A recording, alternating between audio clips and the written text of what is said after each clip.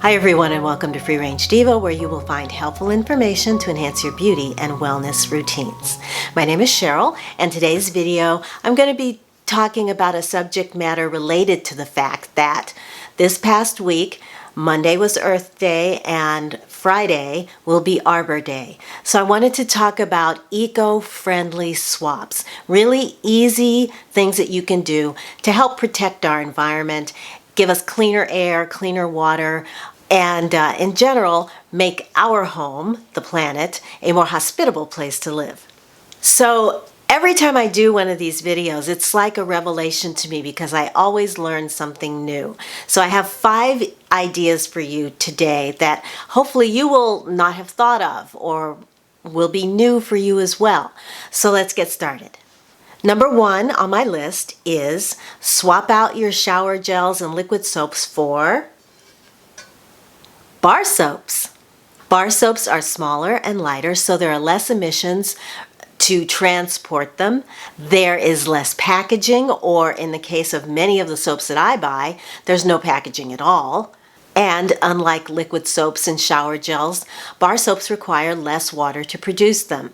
Now, I recently did a video on the benefits of bar soaps, and in that video I mentioned several brands that I highly recommend. And the nice thing about bar soaps is that often you can find them locally at places like farmers markets, grocery stores, that sort of thing. So if you can't find them locally and you want some really good brands that you'd like to try, then I'll put that video right up here in the cards and you can check it out. This happens to be one of my favorite brands that I get at Whole Foods, and this is by a brand called Pacha, which you can also order online.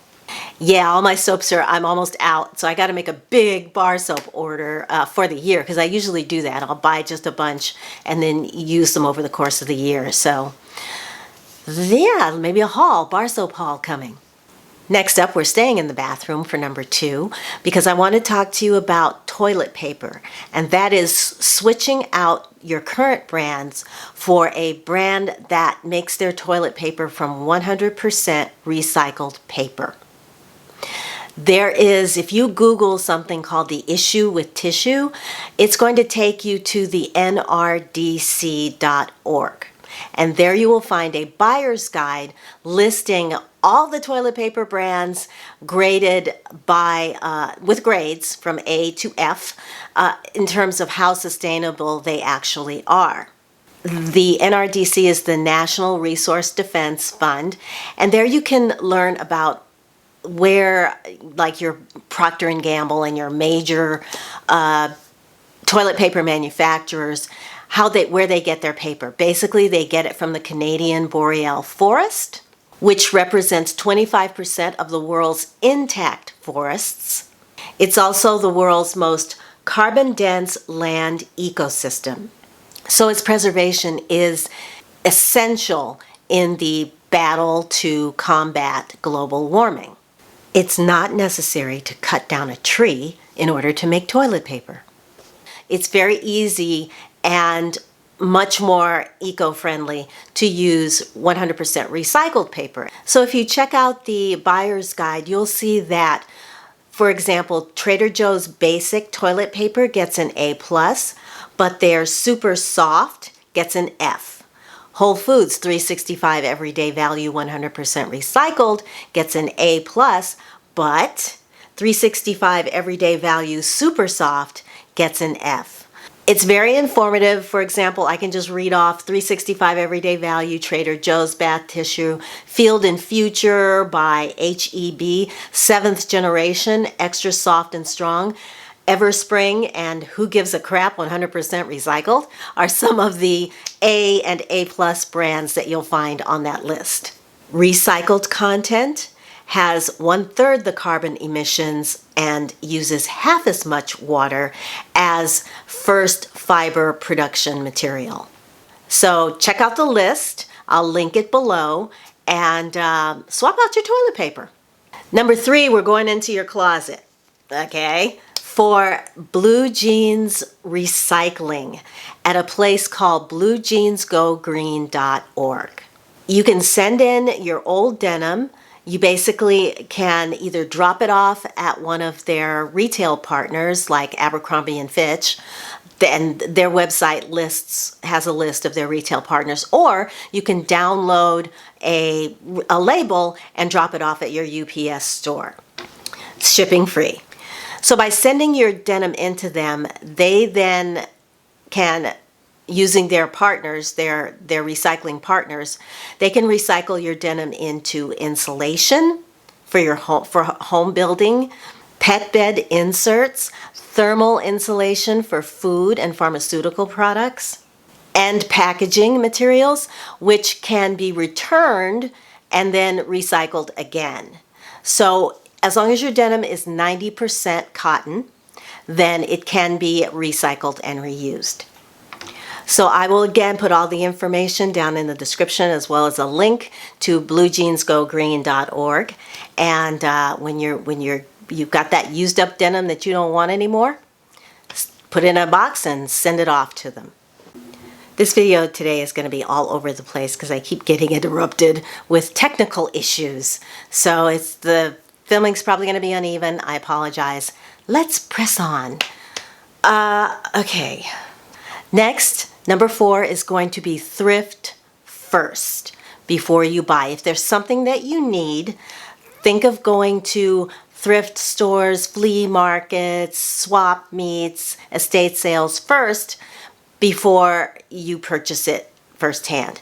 I know that not everyone wants to thrift clothing items, but you can find decor items, storage ideas like baskets and things like that, little furniture items, textiles, and as far as kitchen, all kinds of kitchen utensils, pots and pans, glassware, dishes, spoons, napkins, fabric reusable napkins. You can find all kinds of things that can help you in the kitchen at secondhand. So think about that option if you need like a grater or something, like a cheese grater. Think about checking out your local thrift store first. And then number 5 is going to be, speaking of dishware, of pots and pans. If you're in the market for new pots and pans, think about getting cast iron. Cast iron is a lot more sustainable than you might think. Uses raw materials in a process that involves heating it, putting it into a mold, a sand mold, letting it cool down, and then cleaning it and packaging it up. That's pretty much it. And what makes it so favored is if you're buying from a United States, a U.S. company, most U.S. foundries now use an electric arc furnace to melt their materials. These furnaces still produce waste, but they are much more environmentally friendly than a traditional blast furnace. And what's really cool is that the basic steps of making a cast iron pan haven't changed in centuries. Heat up the metal, pour it into molds, and let it cool. Now you might notice that some of your more modern pans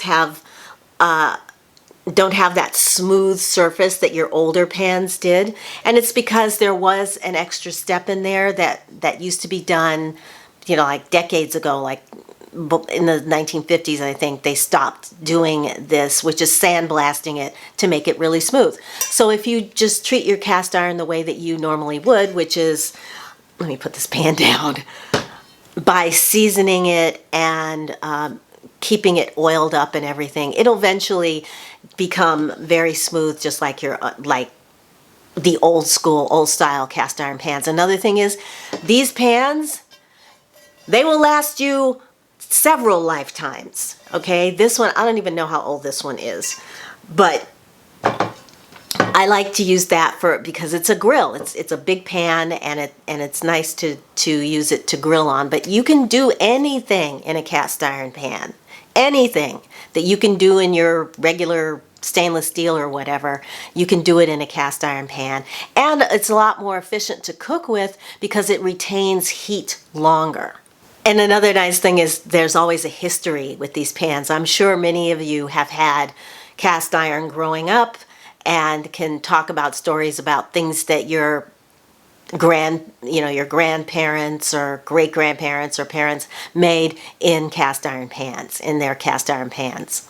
One downside is that they are heavy, as you could tell, and so it costs more to ship them. There's more emissions involved in transporting them from place to place. But if you happen to have a foundry or manufacturer near you, then buy locally. Buy it someplace that's close around you so that it will not have been shipped very far. And while on the subject of heaviness, if you find, we're getting older, cast iron pans, if you find them to be a little too heavy for you, then consider something called carbon steel pans. Much lighter. I'll show you a picture of one if I can find it. Carbon steel cookware is it's got the same benefits of the cast iron without the weight. Although carbon steel has a couple of differences, they are typically 99% iron and 1% carbon, so they're a little bit lighter. They can react to acidic foods. You season them in the same way. They don't have the heat retention of the cast iron, and they are thinner and smoother. So now that I know that these pans exist, apparently they are a well-kept secret in the restaurant industry, but I want one. So if I find one, I buy it and then I'll show it to you, because now I'm dying to have one. So that's it. I hope you learned something today. I hope I gave you some ideas that maybe you didn't know about, or things that you might want to consider, especially if you're getting ready to buy cookware. That was kind of the big takeaway from me today, is that, oh yeah, cast iron, what's the matter with you? I did not know that cast iron was as eco-friendly as it is. So, yeah, if you're like me and you learned something today, then let me know about it in the comments below. If you have a swap, an idea for a swap, please put that in the comments below too. I need to know these things, and I'm sure everybody else would enjoy reading them as well. Let's see, what else? Yeah, I guess that's it for the day. If you enjoyed the video, then please give it a thumbs up and consider subscribing, especially if you'd like to see more videos like this, see more from me. And that way, if you hit the notification bell, you won't miss a thing here at Free Range Diva. And yeah, thank you for coming along with me on my journey of learning about not only eco-friendly ideas, but just living a much less impactful, negatively impactful existence with Mother Earth. Yeah, let's kind of lighten our impact a little bit, and we'll all be much better for it. All right, everybody, thank you so much for watching today, and I look forward to seeing you in my next video. And until then, I'm going to wish you a wonderful day, a wonderful week. Take good care of yourselves, and I will talk to you very, very soon. Bye.